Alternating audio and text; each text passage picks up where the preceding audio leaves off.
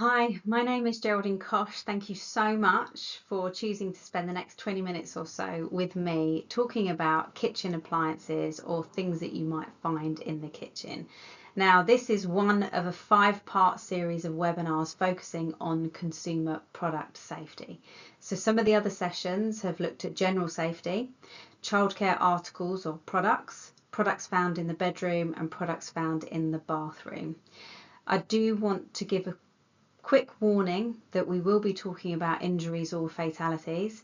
Sometimes we're showing videos that highlight some of these examples because the consequence of unsafe products is that injuries or fatalities, also known as deaths, can occur. As mentioned previously, I had to pick a few topics to focus on in these short webinars. So in this particular one, we're going to look at gas, electronic appliances, microwave, food, washing pods, chemical poisoning, and food imitation. So why do we care about this? Well, a study done by the Office of Product Safety and Standards, also known as OPSS, found that consumers assumed that brands would only make safe products and that regulations were in place to stop potentially dangerous products from entering the market. And this is kind of true, but unfortunately not always. So not everything you buy is safe, and we can't assume that it's safe. So what we're trying to do with these webinars here is to give you information where you can check the products when you buy them to see if they really are safe or not. And there are regulations in place, but it's really important to mention that if you buy products from outside of Great Britain, then you are potentially buying an unregulated product, which means it may not comply with the strict safety standards that we have here in GB, in Great Britain. So I wanted to highlight that there, and some great study and work that was done by OPSS, but I wanted to highlight some key points on that. Also, ROSPA, who are the Royal Society for the Prevention of Accidents, are finding that preventable accidents, and that's a key word, preventable, are actually rising in the UK, and deaths are at an all-time high. And I find this really interesting because some people think, oh, you just want to wrap people in, bubbles, and you don't want them to actually live their lives and take risks and do exciting things. And that's not true at all. We really do. And I'm a mother to 2 lovely children, and of course I want them to have fun. I want them to take risks, but I want them to be educated risks, either for me as a parent, or I will try and educate them when they were old enough to understand and learn and teach them, like we always do. So it's important for consumers that we help empower ourselves and also our family and friends and try and protect them where possible. So accidental deaths in the UK have reached an all-time high, with the rate increasing by 42% in the last decade, making them the second biggest killer of people under 40. Now, of course, this is all accidents. They're not all related to consumer products, but consumer products will form part of that. According to ROSPA, you are substantially more likely to suffer a serious accident than you were 20 years ago. And as mentioned on the previous slide, the rate of accidental deaths in the UK is increasing, and accidents now take over 20,000 lives each year, which is more than the capacity of the O2 Arena. Accidents are the second biggest killer of people under 40 and the most common cause of preventable death in children under 15.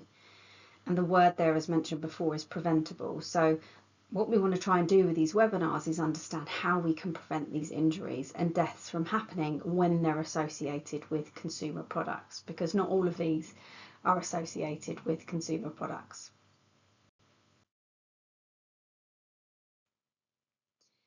So here we see a news story, an alert from the OPSS, so the Office of Product Safety and Standards. And if you've seen some of the other webinars, you should be familiar with that organisation because they're mentioned quite a few times in my webinars.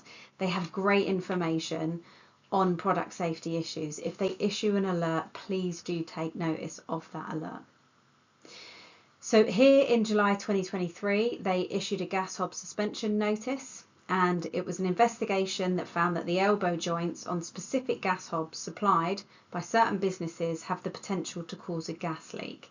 If you're concerned that it might affect some of the products that you have, then please go to the OPSS website where there's more information. Another thing to mention is about gas grill doors. They should be open when they're in use, because if they're closed, they could lead to an increase in carbon monoxide. So it's really important to look at your product and understand how it's to be used safely and read the instructions that come with the product. So you should check on your appliances that you have a 3-pin plug, which looks like this. Regularly check the plug and socket for burn marks, sounds or arching, buzzing or crackling, circuit tripping, blown fuses, or if it feels hot, and ensure you have a working smoke alarm. So this information is from Electrical Safety First. On their website there is some great information, and they do some great campaigns raising awareness on electrical safety. Some interesting statistics is between 2010 and 2016 there were 1,598 fridge freezer fires, and 308 of those were in flats. So where there's a fire in an apartment block, that can obviously lead to catastrophic injuries, as we saw with what happened with Grenfell. 283 fatalities, casualties because of fridge freezer fires since 2010. And 1,476 fridge freezer fires since 2010 were caused by faulty appliances. So please ensure you buy any electrical products from reputable retailers. And what we mean by that is a retailer that you can contact should you have any queries or concerns. You know, if you do notice some sounds or arching or circuit tripping or something from your product, can you contact that manufacturer really easily? And are they going to respond to you and help you and assist you if you're concerned about the safety of your product?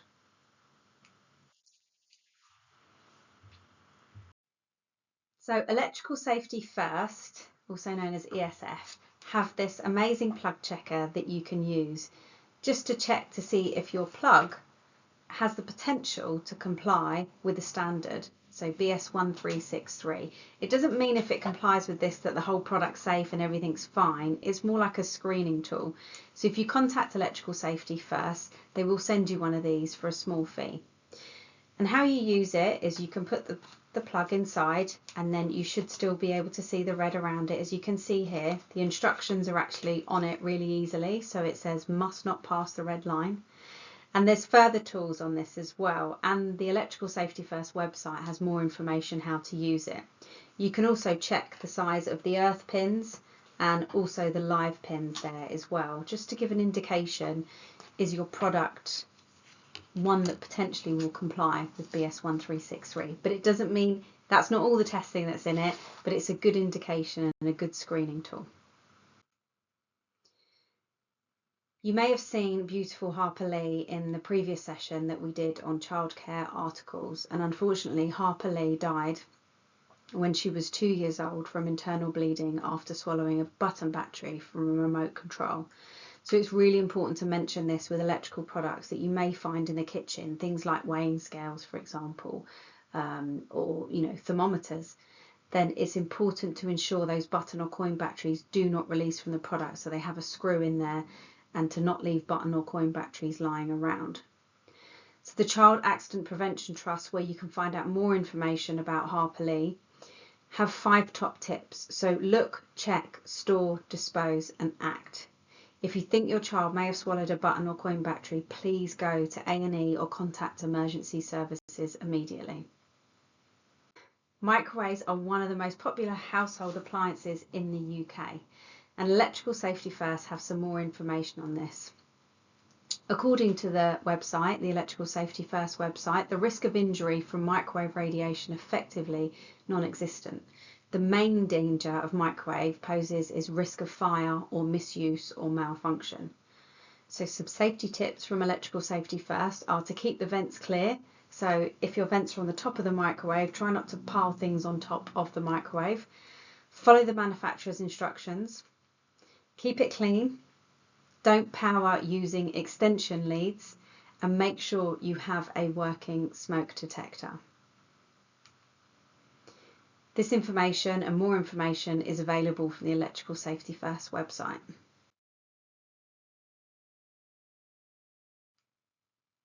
Air fryers. I absolutely love my air fryer. I use it on a regular basis, but please make sure you follow the manufacturer's instructions. And this is some more great information from the Electrical Safety First website. If you notice burning or unusual noises, switch the fryer off immediately and contact the manufacturer.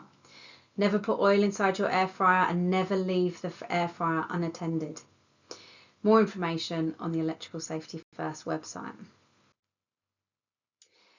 We were talking about microwaves and heating up food. It's really important to look at hot food and the burns that can happen. So there's an interesting article here about scald burns, so things that you might heat up in the microwave. Really interesting article here. And some of the findings note 9 children between the ages of 18 months old and 4 years old were scalded after opening a microwave oven and removing the hot substance themselves. 17 children were scalded while an older child, 7 to 14 years age, was cooking or carrying the substance or supervising the child. So according to UL, so UL is a testing laboratory. You can find more information about them on the internet if you search for them. So according to UL, from 2002 to 2012, more than 7,000 children under the age of 5 were treated for microwave-related burns. So to help address this, which is amazing of UL to be able to do this, so a testing laboratory have actually pushed for this. They've developed a standard for child-resistant doors. Now this is available in the US. I've not done any market research here in Great Britain or UK, but perhaps there are some models that are out there that have child-resistant doors, and you maybe when you're purchasing one, you can ask about this. And I think this is a really great mechanism for improving child safety. So talking about food in general, if you go to the Child Accident Prevention website, they talk about food safety, so things to avoid for young children. So it's possible for a child to choke on absolutely anything, but some foods pose more of a risk than others. So things like popcorn, which can get stuck, marshmallows. There was a game many years ago called Chubby Bunny, which is where you put lots of marshmallows in your mouth and then you have to be able to say those words. That is incredibly dangerous. I know that there were 2 fatalities, if not more, from playing that game. So marshmallows get sticky and they can actually swell, and then that makes it more difficult if you have too many marshmallows in your mouth. Round hard sweets. So if you watch the Childcare articles webinar, I spoke about the dangers of spherical items. So spherical items can be incredibly hazardous. And jelly cubes before they are put in water. So they're very similar to something called konjac jelly, which is eaten quite often in Asia. And when it was brought over here and into the United States, it didn't work the same way as it does in Asia because of the different eating behaviours. So unfortunately, another example of a product that you should keep away from very young children. Other examples here are peanut butter, because it can seal the airway too much. It's quite clingy. So be careful with peanut butter for very young children. Of course, older children, when you're using it, we're not talking about this, it's really young children. And you know your child. If you think that your child puts too much in their mouth at the same time, I have 2 children and they behave very, very differently. So it's important to know your child and know what your child can handle. Whole grapes, again, spherical items, mentioned that before, and lollipops. Grapes, please do cut them in half, cut them in quarters to ensure that they are not in that spherical shape. And then lollipops as well, the spherical ones should be avoided for under 3s. So washing pods, so the tablets, the liquid tabs that you get that you put in your washing machine or dishwasher. There are examples on the Child Accident Prevention Trust website where children thought that they looked like sweets or they accidentally ingested them. As mentioned here, he thought it was a sweetie because it was bright and like jelly, and it was bitten into. So mum of a 7-month-old who unfortunately bit into it. It literally happened in a split second, 1 minute. He was at the side of me, the next he was screaming. It happened so fast, and these things can happen so quickly, and we can't watch our children all the time. we don't want to watch them every minute of the day. We can't watch them. We need to go and use the facilities, or make a cup of tea or answer the door. So it's really, really important to keep these things out of the way. And kids can be so quick. Within 30 minutes he went from normal to vomiting, pale, coughing, and worst of all, in and out of consciousness. So mum of a 10-month-old who was in a coma after swallowing part of a laundry pod while she was doing the washing. Please, please, please keep these items out of reach of children. So they could do serious damage to children's inside skin and eyes. Please move them to a high spot and keep them out of reach of little fingers. Preventing poisoning. So unfortunately there are incidences of injuries and fatalities of deaths from poisoning. So please do keep painkillers, medication, cleaning products out of reach of children.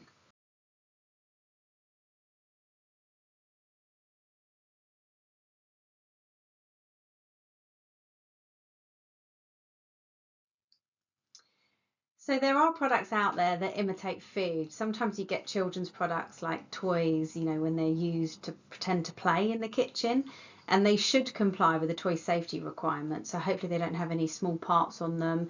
Small parts are usually identified by this small parts test cylinder. So this is part of the toy standard. If it fits inside here, then it's considered a small part. If you don't have one of these at home, which I don't expect that many people will, you can use a toilet roll holder. Similar kind of size. It's not exactly the same, but you can see there that they're very, very close in size. So I would recommend using a toilet roll holder if you want to identify any small parts. But food imitation, you do get things sometimes like candles, or you get baths, soaps, etc. that look like food. And I think it's really important to understand that in those situations, people may think it's food. So even if you're buying it for yourself as an adult, and if you have children in the home, they may think it's safe to eat. Now, some products might be safe to eat. I don't know. It depends on what the manufacturer and whoever's made the product has done. But generally speaking, you need to be very, very careful when there's food imitation items that people don't accidentally ingest them. And it's not just children. There's actually been incidents with adults as well who have thought something is food when it's not actually food, and then it can lead to an injury or a fatality. So this website here, the CTSI, so it's the Chartered Trading Standards Institute Business Companion. So this is specifically for businesses, but consumers can have a look at this information too. There are examples on there of where products have been subject to corrective action. So they've either been withdrawn from the market or recalled from the market. And it gives some examples there, which I think is really interesting to take a look at. And the pictures we've got here are some examples of those products that have been taken off the market because they've been considered unsafe because they don't comply with the food imitation regulations that we have here in place. I highly recommend Charlie's House app. On November 1st in 2007, Charlie Horn, a 2-year-old boy, was killed when he attempted to climb a dresser. It was through that tragedy that Charlie's House was born. Charlie's House is a safety demonstration house in the US. Now, we can't all get to the US, so therefore the wonderful team at Charlie's House have made this interactive app so that you can use it to understand how to learn more about safety in your home. So you can go through the different rooms in your home, as it has in the app, and look at how you can put safety measures in place and be aware of where things may be a problem in your home. And also it breaks it down in age groups as well, so you can look at different developmental milestones at when children get to different ages and how hazards may present themselves with various products or situations in the home.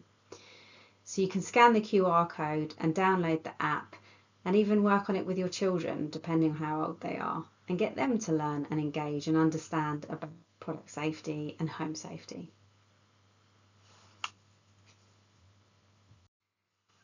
I want to leave you with some considerations. So check before you buy. Just because it's sold doesn't mean it's safe. Think about who you're buying from. And I like to use the explanation of, if you're going to have a bit of a debate possibly with anyone, even personally or professionally, it's really interesting to see how they behave when you're having debate or discussion. And I think this is the same when you're buying a product. So if I buy a product and then I have a question, or I want to find out, I've got a concern with a product, or I want to maybe perhaps send it back, or I think there's a fault with it, who are you buying from, and are they going to answer you when you do those things? So that's another reason why we talk about a reputable company. If you're buying from outside of Great Britain, it doesn't mean it's not necessarily going to be a safe product. Maybe it is. However, it may be considered an unregulated purchase. So the laws that we have in place here for consumer protection and for safety may differ from the country that you're buying it from. So it's really important to understand that and ensure you know who you're buying the product from. Act on any recalls or corrective actions, and any advice that's coming out from ROSPA, CAPT, any of the information that we've given you today, please do act on that. If you get information from a manufacturer or someone that you've bought a product from, please do act on those corrective actions. Look at product information, markings, address, instructions. Where is the address? Is the instruction in a language you understand? So if you're purchasing it here in Great Britain, it should be in English. What does the information and marking say? Is there an age warning on it? Then please do heed those age warnings and any markings that are on the product. Be careful when you're buying secondhand. You can check the manufacturer's website and see if it's been subject to a recall, but also some products might be safety critical. So for example, a car seat, you don't want to have a car seat that's been involved in an accident. So unless you really know the history of the product with some products, then be cautious about that. Then refer to experts for advice and information. And who do we mean by these people? Well, let's have a little look.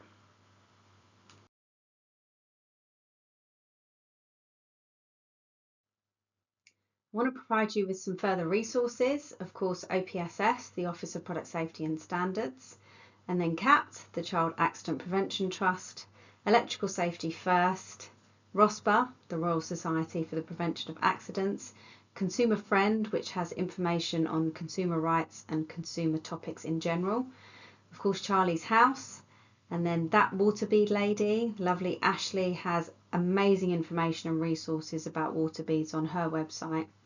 And then the Kids in Danger Toolkit. If you want to do more of a deep dive in product safety, specifically focused on children's product, but in general on products in the home, then have a look at the free Kids in Danger Safety Toolkit. It takes about 4 hours to complete part 1 and the same for part 2, but it's a really good training program. And then you've got the CTPA, the Cosmetics, Toiletry and Perfumery Association. So if you're specifically interested in those products, then take a look at their website. If you're concerned about any consumer products that you've purchased, then please do contact Citizens Advice if you're based in England and Wales. If you're based in Scotland, then contact Advice Direct Scotland. And if you're based in Northern Ireland, then contact your local district council. So thank you so much for watching this particular session, and I hope that you check out the other 4 sessions that are available on the other topics in consumer product safety. For more information, check out my website, and also you can contact me with any questions that you may have.